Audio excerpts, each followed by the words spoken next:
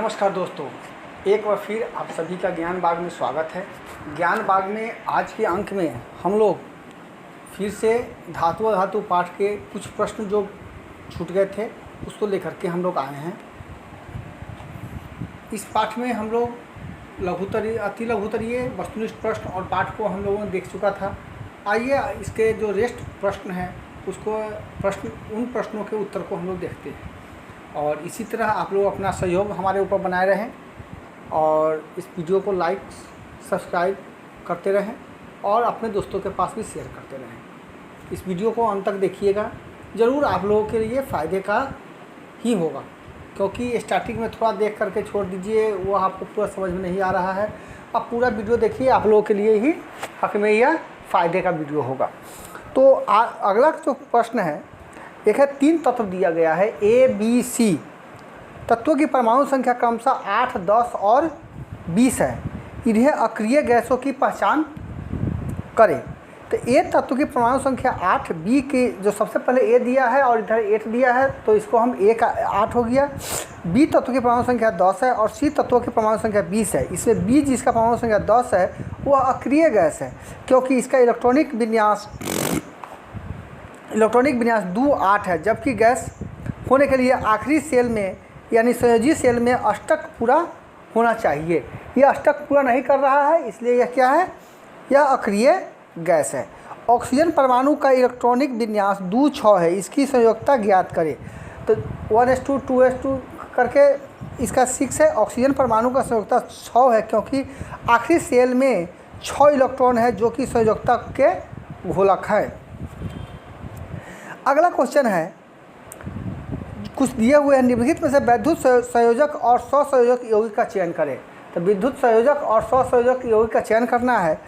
तो पहला दिया हुआ है glucose, potassium chloride, acetylene, urea, copper sulphate, carbon tetrachloride, ammonia chloride. तो वैद्युत संयोजक क्या क्या हो गया इसमें, potassium chloride, ammonium chloride, copper sulphate, ये सब हो गया वैद्युत संयोजक हो गया। और स्वसंयोजक यौगिक हो गया ग्लूकोज, कार्बन टेट्राक्लोराइड, एसिटिलीन और यूरिया। जल में विलय 2 संयोजक यौगिक के नाम लिखिए। जल में विलय 2 संयोजक यौगिक है ग्लूकोज और यूरिया। यह जल में आसानी के साथ घुल जाता है। अगला क्वेश्चन है, भर्जन क्या है। भर्जन एक वैसी रासायनिक अभिक्रिया है जिसमें सांद्रित अयस्क का पर्याप्त वायु की आपूर्ति में अयस्क के द्रव्यमान से कम ताप पर तीव्रता से गर्म किए जाते हैं, जिससे इसमें उपस्थित अपद्रव आर्सेनिक तथा अनुपस्थित उपद्रव अस्वीकृत होकर बाहर निकल जाते हैं। यह धातु ऑक्साइड के रूप में परिवर्तित हो जाते हैं। अगला क्वेश्चन है, प्रगलन में द्रावक की भूमिका होती है। प्रगलक में द्रावक वह पदार्थ है जिसे निस्तापित या जारित अयस्क एवं कोक के साथ मिश्रित कर मिश्रण को गर्म किया जाता है। ऐसा करने से अयस्क में विद्यमान अद्रवणशील अपद्रव दूर हो जाते हैं। इस प्रकार प्रगलन में द्रावक की गति की अति महत्वपूर्ण भूमिका है, क्योंकि इसी की सहायता से अयस्क में मौजूद उपद्रव को दूर किया जाता है। अगला क्वेश्चन है, सोडियम को केरोसिन में क्यों डुबा कर रखा जाता है। सोडियम सक्रिय धातु है। सोडियम सक्रिय धातु है जो वायु की उपस्थिति में ऑक्सीजन की क्रिया करके सोडियम ऑक्साइड बनाती है। यह पानी की क्रिया कर सोडियम हाइड्रोक्साइड तथा हाइड्रोजन उत्पन्न करती है। वायु में खुला छोड़ देने पर यह आग पकड़ लेती है, इसलिए इसे मिट्टी तेल में डुबोकर सुरक्षित रखा जाता है। अब धातुओं के संक्षारण से क्या समझते हैं।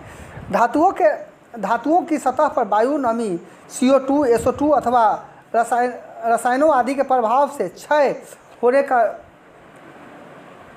या नष्ट होने की संक्षारण करते हैं। लोहे नमी एवं ऑक्सीजन एवं वायु अभिक्रिया कर Fe2O का परत बना लेती है, जो भूरे रंग का होता है। यह सक्रिय जंग लगना कहलाता है। जंग लोहे को धीरे धीरे नष्ट कर देता है। अगला क्वेश्चन है, धातुओं के शोधन की एक विधि का वर्णन करें।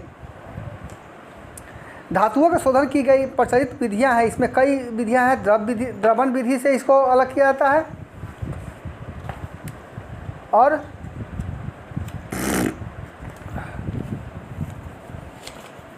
विधि से द्रव्यमानांक वाली धातुओं को उच्च द्रव्यमानांक वाली धातुओं से अलग किया जाता है। इस विधि को ढलाई भट्ठी का इस्तेमाल किया जाता है। इस भट्ठी का ताप धातु के द्रव्यमानांक से थोड़ा अधिक रखा जाता है। धातु का जितना द्रव्यमानांक है उससे हम ज़्यादा रखेंगे तभी होगा।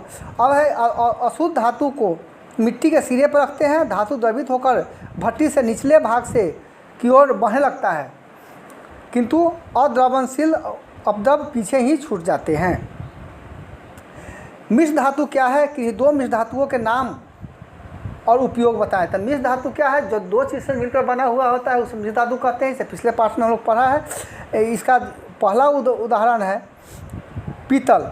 इसका उपयोग तरह तरह के बर्तन बनाने में किया जाता है, जबकि नलियाँ एवं कारतूस बनाने में भी इसका उपयोग किया जाता है। दूसरा इसका उपयोग है तांबा। इसका उपयोग तमगे बनाने में किया जाता है। चूँकि तांबा कॉपर जल के साथ अभिक्रिया नहीं करती है, इस कारण से इसका उपयोग गर्म जल की टंकी के निर्माण में किया जाता है। अब लोहे एवं तांबा के दो स्क बताइए। तो लोहे के दो स्क क्या है? हेमेटाइट्स और मैग्नेटाइट। तांबा के दो स्क है कॉपर पाइराइट्स तथा मेलेकाइट। अगला है धातु क्रम किसे कहते हैं? धातु क्रम किसे कहते हैं? अयस्कों में धातुओं के निष्कर्ष एवं उसके शोधन प्रक्रिया को धातु क्रम कहते हैं। धातु क्रम प्रयुक्त होने वाले कुछ मुख्य पद इस प्रकार है: अधात्री, अयस्क का सांद्रण, निष्पातन, जारण, द्रावक और धातुमल और पगड़न। तो इस तरह से हम लोग का अति लघुत्तरीय प्रश्न आज समाप्त होता है। आगे हम लोग इस पाठ के और भी प्रश्न उत्तर को देखेंगे। तब तक के लिए जय हिंद, जय भारत, जय बिहार। और इसी तरह से वीडियो को लाइक सब्सक्राइब करते रहें।